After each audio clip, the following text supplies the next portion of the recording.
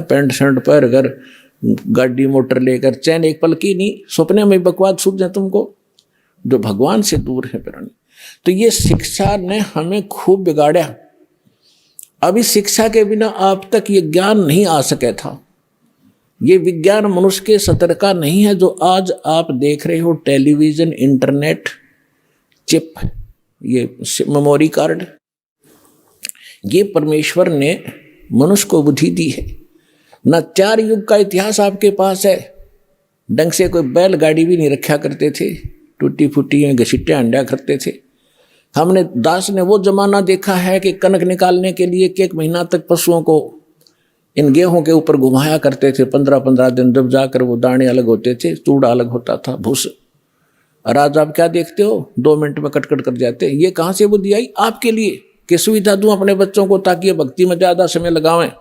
हमने देखा हमारी माताएं, चाची, ताई 1-2 किलो आटा पीसने की खातिर 2-2 घंटे लगी रहती हूँ हाथ से। अब उसके लिए चाकी ऑटोमेटिक पावर की बना दी। अब आटा उधर पिस रहा, तुम बैठकर माला जपो, भगवान का भक्ति करो। पशुओं का चारा काटा करते। दास का जन्म एक जाट किसान के घर हुआ, जिस कारण से खूब परिचित है। पहले तो ऐसे देखे हमारे दादाजी ऐसे काटा करते थे, एक फरसा सा ले करके। फिर ये हाथ से चलाने वाली मशीन बनी, गंडासा बोलना जिसको। और अब एक पावर बिजली से कनेक्शन लगा के, मोटर लगा के, और कट ढेर सारा काट दे घंटे में, 20 पशुओं का काट देती है। तो ये सुविधा भगवान ने इसलिए दी कि तुम इस समय का सदुपयोग करो। तुम इसका सदुपयोग की बजाय दुरुपयोग करने लगे, ताश खेलें और गप्पे मारे बैठ के, राजनीति की बतलाओ, कसरी में देखें, मुंह आंखें फाड़ के। तो ये सब जो ज्ञान होगा आपको, फिर आप में सुधार आवेगा, डर लगेगा। डर लगता है ज्ञान हो जाने पर। तो इस ज्ञान से आपको परिचित हो जाओगे कि हम कहाँ रह रहे हैं। 1 सेकंड का भरोसा नहीं, कहाँ कब बिजली गिर जाए। और आज किसके ऊपर गिंडली मारे बैठे हैं, ये मेरा है, ये मेरा है। परमात्मा कहते काया तेरी है नहीं, अरे ये माया कहाँ से हो बोले आदमी, तेरा शरीर ही तेरा नहीं है, तो इसको कैसे अपनी मान बैठा अनजान। तो ये अज्ञान हटाने के लिए सत्संग किए जाते हैं।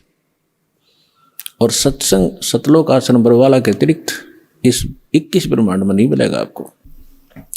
अब जिन महापुरुषों को परमात्मा मिले, उनमें से परमेश्वर ने कहा था कि बर्म में पंथ संवत 1775 सोई 75 होई, वैसे 1774 संवत होना चाहिए। कबीर सागर कबीर वाणी में प्रिंट है, वो गलत है।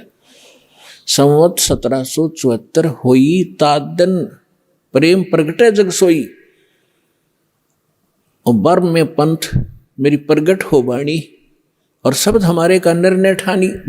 और ये 12 पंथ हमी को ध्यावें, अस्थिर घर का मरम नहीं पावे, इंक्लूडिंग गरीबदास पंथ को कबीर साहब ने कहा है। गरीबदास का 12वां पंथ कबीर साहब के 12 पंथों में से। और 12वें पंथ में मेरी वाणी, मेरी महिमा की वाणी उस पुण्यात्मा के माध्यम से प्रकट होगी। और गरीबदास पंथ वाले मेरी इस महिमा की वाणी को पढ़ा करेंगे, अर्थ गलत लगाएंगे। जैसे गीता के पढ़ने वाले गीता के अर्थ गलत लगाते रहे, वेदों के पढ़ने वाले वेदों के अर्थ गलत लगाते रहे। वेद पढ़ने पर भेद न जान, ये बांचे पुराण 18। और जड़ को अंधा पत्ते खवावे, भूल गया सृजनहारा। अब परमात्मा कहते हैं ये वेद पढ़ें और पत्थर की पूजा करें, उसका फल फूल चढ़ाओ पत्ते भगवान को, पत्थर के को कहने वेद समझे। फिर इसी प्रकार इस गरीबदास और कबीर पंथ के जितने भी अनुयायी वो नकली संत हुए हैं, उन महापुरुषों को छोड़कर, जैसे गरीबदास जी को तो परमात्मा मिले थे, उन्होंने वाणी लिख दी, उनको आदेश था कि इसको डिस्क्लोज नहीं करना भी। और एक परमात्मा ने ये मार्ग चलाना था, इसलिए एक स्पेशल इंस्ट्रक्शन दे दी गई थी, क्योंकि परमात्मा पल पल में संग रहता है उस महापुरुष को जिसको वो स्वयं भेजता है अपने कार्य के लिए। तो गरीबदास जी को जब अंत समय में एक शीतल दास नाम का भगत था जिसका गांव बराना जिला झज्जर में उनका आश्रम था। गरीबदास जी के बाद वो, वैसे तो और भी बहुत शेष थे गरीबदास जी के, लेकिन वो उसको स्पेशल आदेश दिया था कि ये मंत्र तू जाप कर बताना नहीं, केवल मरते समय शरीर छोड़ते समय एक ही अपने शिष्य को बताना, उसको प्रतिज्ञा करा देना, वो भी ऐसे ही चले। तो ये नाम मेरे दादा गुरुजी ने मेरे गुरुजी को बताया। दादा गुरुजी के, मेरे गुरुजी के साथ उनका जो गुरु भाई थे दास, उनसे भी मिला था। मेरे दादा गुरुजी का आश्रम है गांव गोपालपुर, खरखोदा तहसील, जिला सोनीपत, हरियाणा में। वहां जब मैं गया, उनसे डिस्कस हुई, उनसे नाम के बारे में जिक्र हुआ, तो वो नाम क्या बता रहे थे, उनके शिष्य भी यही बता रहे थे कि हमें नाम दे रखा है ओम नमो भगवते वासुदेवाय, और श्री कृष्ण की मूर्ति ला रहे। तो पुण्यात्माओं, आप विश्वास करना, परमात्मा जिस प्रकार से भक्ति को छुपा कर कैसे गुप्त रास्ते से निकाल कर आप तक लाए हैं, काल के दूतों का हाथ नहीं लगने दिया दाता ने। तो मेरे गुरुजी के पास को ही उन्होंने बताया था, और मेरे गुरुजी ने इस दास के अतिरिक्त इनके लाखों शिष्य थे, किसी को शिष्य संत भी बने हुए थे, लाल कपड़े धारण भी किए हुए थे, उनके साथ रह रहे थे, उनको भी ये मंत्र नहीं बताया था। ये दास के ऊपर रजा की थी। और इसका प्रमाण आप देख भी रहे हो कि नानक साहिब जी ने किसी भी सिख को, क्या वो हितैषी नहीं थे, लेकिन वो दृढ़ भक्त थे कि यदि आज मैंने इसको डिस्क्लोज कर दिया, दृढ़ कर दिए, तो नकली पंथ चलेंगे, ये भी ये नाम दिया करेंगे आने वाले समय में। ये अधिकारी के बगैर ये कार्य नहीं कर सकते। जैसे अभी आपको बताया, इस दास के अतिरिक्त विश्व में इन मंत्रों के देने का कोई अधिकारी नहीं है।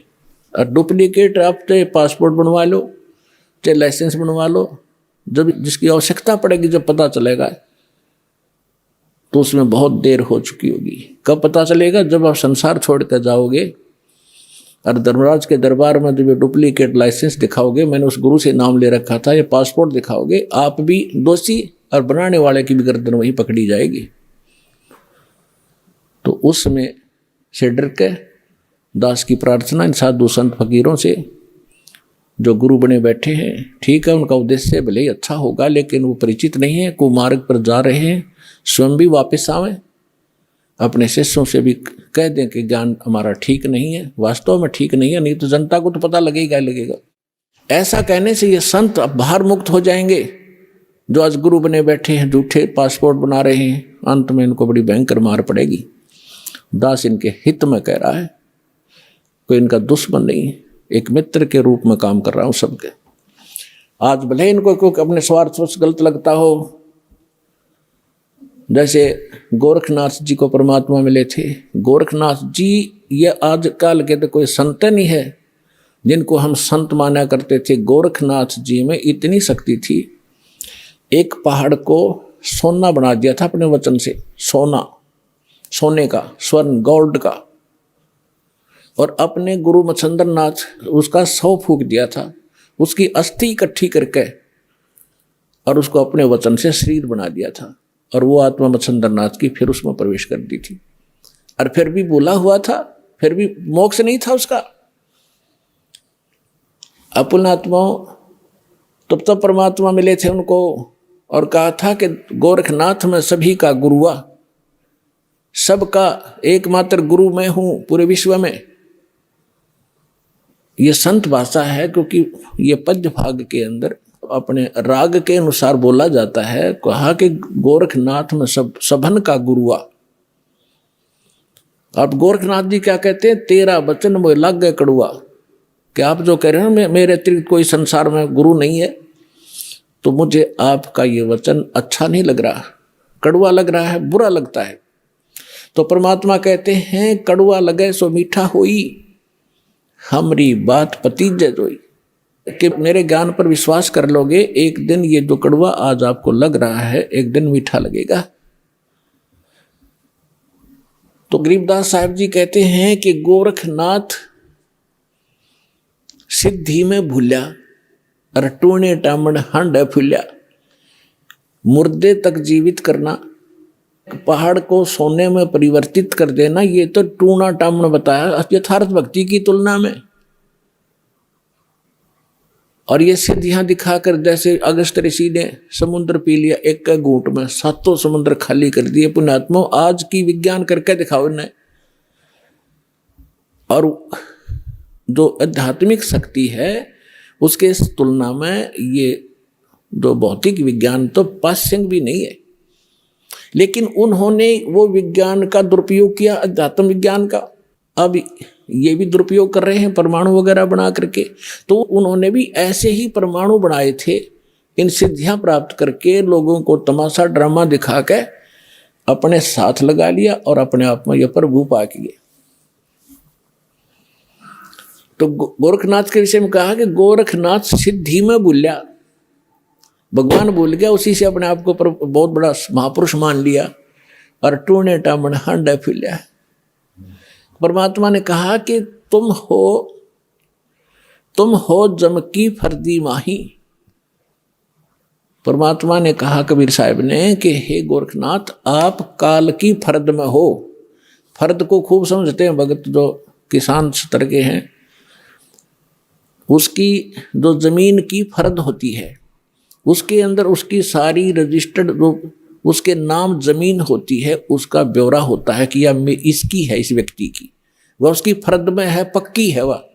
तो यहाँ परमात्मा कहते तुम हो जम की फर्दी माही, तुम काल की फर्द में हो, काल का रजिस्ट्री हो रही है तुम्हारी, और हम तुम्हें यहाँ से छुटवाएंगे, काल की फर्द से निकालेंगे और अपने सतलोक की फर्द में आपका नाम लिखवाएंगे। फिर कहते हैं परमात्मा ने उनको गोरखनाथ जी को भी शरण में लिया, उनकी काफ़ी कोशिश की, अपनी सिद्धि शादी दिखाकर परमात्मा ने सब कैंसिल कर दी उसकी सिद्धि। तब उस प्यारी आत्मा ने परमात्मा को स्वीकार किया। तो कहने का भाव यह है, दास जो आज ज्ञान दे रहा है, वैसे किसी को कड़वा लगे लेकिन समझ में आओगी ना जो बात, आपने बहुत बढ़िया लगेंगी सारी कहानी। तो इन महापुरुषों ने परमात्मा को बताया कि अनंत कोट ब्रह्मांड का एक रति नहीं भारे, सतगुरु पुरुष कबीर ये कुल के सिरजनहारे। गरीबदास साहिब जी ने कहा है, हम सुल्तानी नानक तारे दादू को उपदेश दिया, जात जुलाहा भेद न पाया वो काशी माहे कबीर हुआ। अब ये भी प्रमाणित कर दिया इन प्रत्यक्ष दृष्टाओं ने कि हु इज गॉड, वो परमात्मा है कौन, कि जो काशी में एक धानक का काम करा करते जुल्हे का, वो काशी में वो परमात्मा है। और यही नानक साहिब जी ने कह दिया, फाई सूरत मुल्क की वेश ए ठगवाड़ा ठगी देश, खरा सियाना बहुता बार देखो धानक रूप रहा करता है। अपने आत्माओं, जो उन महापुरुषों ने सचखंड में देखा मालिक को, जिसके लिए भटक रहे हम असंख्य युगों से, राजाओं ने राज त्याग दिया, साधकों ने सारा शरीर गाड़ दिया उस मालिक के पाने के लिए, उनके शरीर पर दीमक चढ़ गई, और जिनको परमात्मा मिल गया सहज में खुद आकर ले गया और वापस छोड़ा, सारा सचखंड दिखाकर, और फिर वो सामने बैठा। तो वो महापुरुष की उस स्थिति को ना तो हम बयान कर सकते जो उनको महसूस हुआ होगा। हम तो एक रूढ़िवादी बन गए कि हमारे गुरु का कोई गुरु नहीं था, और वो कहते हैं गुरु बिन मोक्ष नहीं हो सकता। सैकड़ों जगह गुरु नानक देव जी ने खुद कहा है कि गुरु मिला तो सो दी पाई, गुरु मिला तो दीक्षा लीनी। और ये समझ कर दिया कि गरीबदास साहिब जी को परमात्मा जो वाणी दी द्वारा, उसमें समझ गया है कि हम सुल्तानी नानक तारे दादू को उपदेश दिया, और जात दुलाहा भेद नहीं पाया, काशी माए कबीर हुआ। और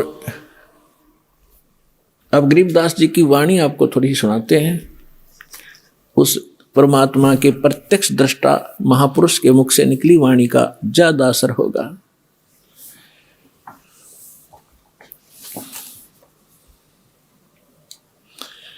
क्या कहते हैं, पंजा दस्त कबीर का सिर पर रखो हंस, यम किंकर चंपे नहीं तुम्हारा उधर जाएगा वंश।